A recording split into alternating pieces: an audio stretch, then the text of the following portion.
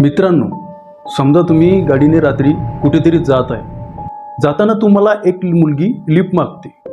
तुम्ही लिफ्ट द्यासाठी त्या मुलीच्या जवळ जाता आणि जवळ गेल्यावर तुम्हाला समजते का त्या मुलीला तर मुंडकच नाही, फक्त धड आहे, म्हणजे तिला शिर नाही. सांगा काय होईल तुमचं?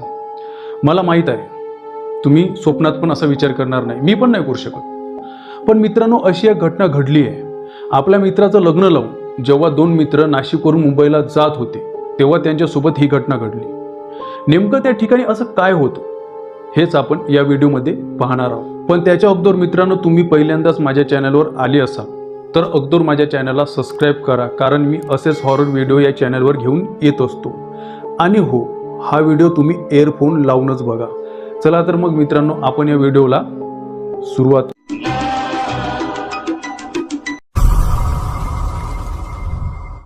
अमन आणि रजत नाशिकला एका मित्राच्या लग्नाला गेले होते आणि लग्न लावून ते आपल्या घरी मुंबईला जात होते.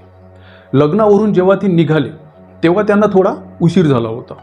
रात्रीचे 11:30 वाजले होते आणि त्यांना भूक पण लागली होती, म्हणून एखादं हॉटेल भेटते का तेच पाहत ते त्यांच्या कारणे जात होते. जात असताना त्यांना थोड्या दूरवर एक हॉटेल भेटलं. त्यांनी गाडी हॉटेलच्या गेटजवळ थांबवली. त्या हॉटेलमध्ये म्हणावी तशी गर्दी नव्हती. त्यांनी गाडी लॉक केली आणि ते हॉटेलमध्ये गेले. हॉटेलमध्ये मॅनेजर नव्हता. त्यांनी इकडे तिकडे पाहिलं आणि टेबलावर जाऊन बसले. ते जसे बसले तसंच त्यांच्यासमोर एक वेटर हजर झाला आणि तो त्यांना म्हणाला, बोला काय ऑर्डर आहे सर? रजत म्हणाला, मेनू काय आहे ते सांग. सर, इकडे चिकन खूप स्पेशल भेटतो. दोघांनी थोडा विचार केला आणि चिकनची ऑर्डर दिली. ऑर्डर येईपर्यंत ते एकमेकासोबत बोलत होते आणि तितक्यात हॉटेलच्या किचनमधून कोंबडीचा जोरात ओरडण्याचा आवाज आला आणि बघता बघता वेटर त्यांच्यासमोर डिश घेऊन आला. आत्ताच 2 मिनिटापूर्वी ऑर्डर दिली आणि एवढा लवकर आला कसा, असा विचार करतच त्यांनी समोरची डिश पाहिली आणि दोघांच्या पण तळपळ्यातली आग मस्तकात गेली. कारण मित्रांनो, वेटरने टेबलावर जे डिश ठेवले होते त्यात चिकन तर होतं पण न शिजवलेलं होतं, म्हणजे ते कच्चं होतं. म्हणजे कोंबडीला त्यांनी मंदातून कापलं, तिचे 2 भाग केले आणि तसंच त्यांच्यासमोर आणून ठेवलं. त्या प्लेटात कोंबडीचं पूर्ण रक्त सांडलं होतं.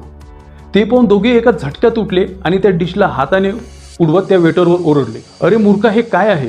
आमची मजा करत आहे का? मी चिकन सांगलं आणि तेही पूर्ण शिजवलेलं, तू हे काय आणलं? त्यावर तो वेटर शांतपणे म्हणाला, अशी अन्नाची नासाडी करायची नसते साहेब. रजत स्वतःवर खूप कंट्रोल ठेवून होता, कारण कोंबडीचे 2 तुकडे केलेलं कच्चं चिकन त्या वेटरने त्यांना दिलं होतं. वेटरच्या अशा बोलण्यानंतर तो त्याच्यावर धावूनच गेला. अमननं कसं तरी त्याला अडवलं आणि वेटरला 2-4 शिव्या दिल्या आणि ते दोघे हॉटेलच्या बाहेर आले. तसंच त्यांचं लक्ष हॉटेलच्या जवळ एक टपरी होती त्यावर गेलं. जाऊ दे, शांत हो, ती पाय चहाची टपरी आहे, जेवण नाही, कमीत कमी चहा तरी पिऊ, अमन रजतला शांत करत म्हणाला. मग ते टपरीवर गेले आणि 2 कट चहा सांगितला.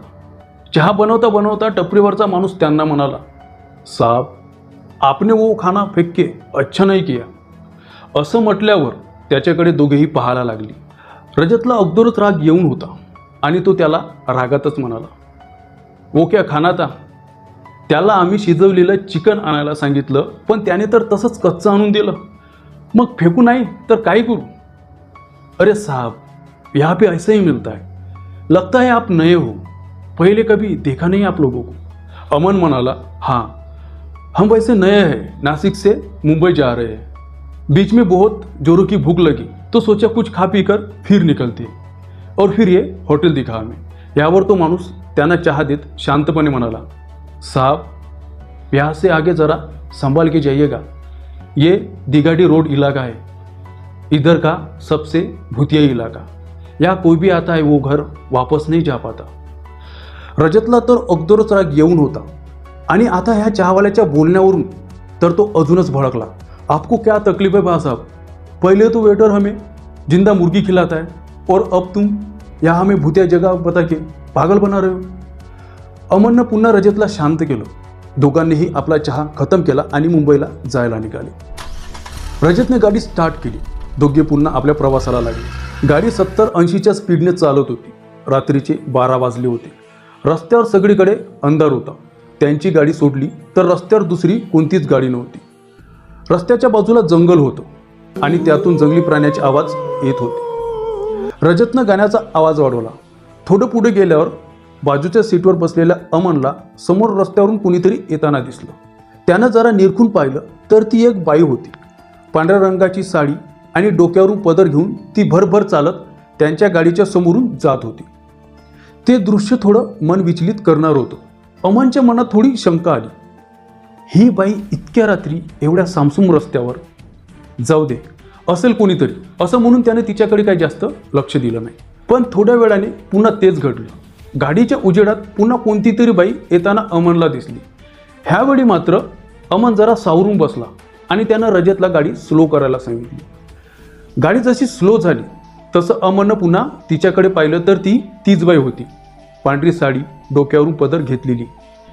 ही तर मगाचीच बाई आहे. आता मात्र अमन सावधान झाला होता. त्याच्या मनात भीती निर्माण झाली होती. तितक्यात त्याला रजतचा आवाज आला. काय रे, गाडी का स्लो करायला सांगितली आणि तुझ्या चेहऱ्यावर 12 का वाजले? अमन त्याला घाबरतच म्हणाला, अरे भाई, तू पाहिलं नाही का तिला?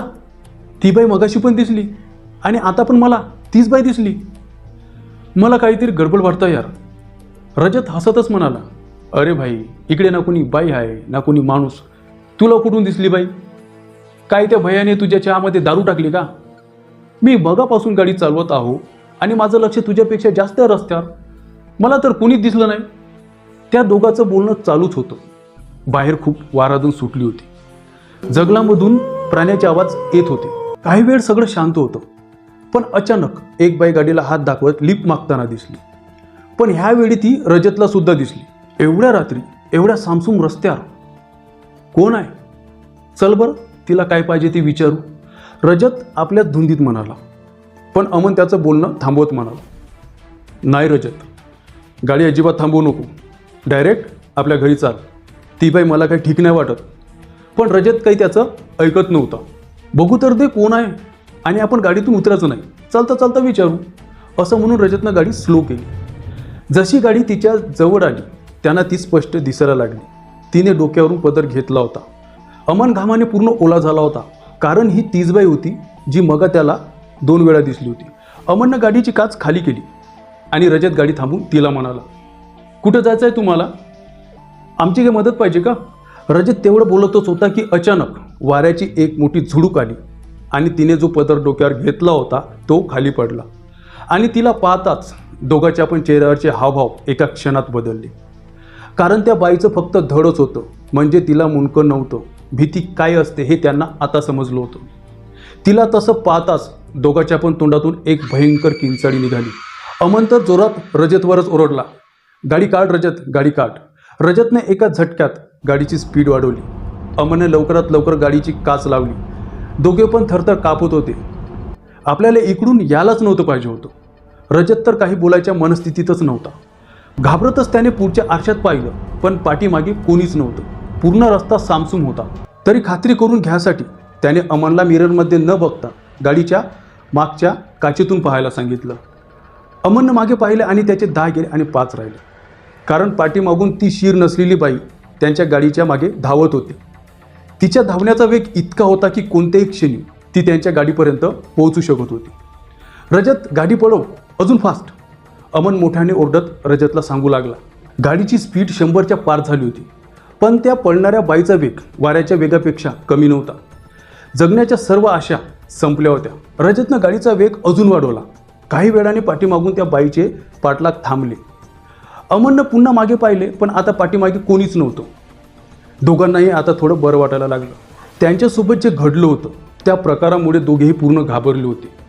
काही अंतर दूर गेल्यावर रस्त्याच्या काठी त्यांना एक धाबा दिसला. चल, गाडी धाब्यावर थांबवू, कमीत कमी चहा तरी घेऊ असं म्हणून रजतनं धाब्याच्या जवळ असलेल्या एका टपरीवर गाडी थांबवली. अमन उतरला आणि त्याने 2 कट चहा सांगितला. त्यानं सांगितल्याबरोबर टपरीवाला चहा घेऊन आला. चहा देत त्यांना तो हसत म्हणाला, हाँ आप बच गए, बहुत नसीब वाले हो, नहीं तो इस रास्ते से यहाँ आज तक कोई नहीं आया. हे ऐकून दोघेही दचकले आणि दोघांनी घाईमध्ये त्या चहावाल्याकडे पाहिलं. हा तो चहावाला होता जो हा रस्ता लगायच्या आधी त्या हॉटेलच्या बाजूला भेटला होता. त्यांनी तसंच हॉटेलकडे पाहिलं तर तो हॉटेलसुद्धा तोच होता, हॉटेल उज्जैन. तसंच त्यांच्या हातातले चहाचे कप खाली पडले आणि ते आपल्या गाडीकडे धावत गेले आणि गाडी चालू करायला लागली. पण काही केल्या गाडी चालू होत नव्हती. दोघांनी समोर पाहिलं तर हॉटेलमधले सर्व लोक त्यांच्याकडे येऊ लागले. काही जणांचे कपडे फाटले होते तर काही पूर्ण जळले होते. ती लोक जिवंत होती की मेलेली त्यांना काही समजत नव्हतं. त्यांनी एक शेवटचा प्रयत्न केला गाडी चालू करायचा, पण तो सुद्धा वाया गेला. ते समोरचे लोक जवळ येत होते आणि विचित्र आवाज काढत त्यांच्यावर वार करायचा प्रयत्न करत होते. आता शेवटचा मार्ग म्हणून त्या दोघांनी गाडी तशीच टाकून तिकून पळायचे ठरवले. पण त्यांना खूप उशीर झाला होता. त्यांचे ते भयानक चेहरे आणि आवाज यांतच त्याचा अर्धा जीव गेला. त्यांनी चारी बाजूनी त्या दोघांना घेरलं होतं. पळायचे सगळे पर्याय संपले होते आणि थोड्या वेळाने दोघांच्या मोठ्या किंचाळ्या तिथेच बंद झाल्या. तर मित्रांनो, अमन आणि रजतचा अशा तऱ्हेने शेवट झाला. तर तुम्हाला ही स्टोरी कशी वाटली मला कमेंट करून नक्की सांगा. आणि तुम्ही जर माझ्या चॅनलवर नवीन असाल तर माझ्या चॅनलला सबस्क्राईब करा आणि या व्हिडिओला एक लाईक नक्की करा. जो आणि मी जेव्हा ही स्टोरी तुम्हाला सांगत होतो तेव्हा तुम्हाला काही जर व्हिडिओ बघताना काही माझ्याकडून चुका जर झाल्या असेल तर मला कमेंट करून सांगा, माझ्या हातानं काही चूक झाली होती. तर भेटू आपण नवीन अशाच एका हॉरर व्हिडिओमध्ये. नमस्कार.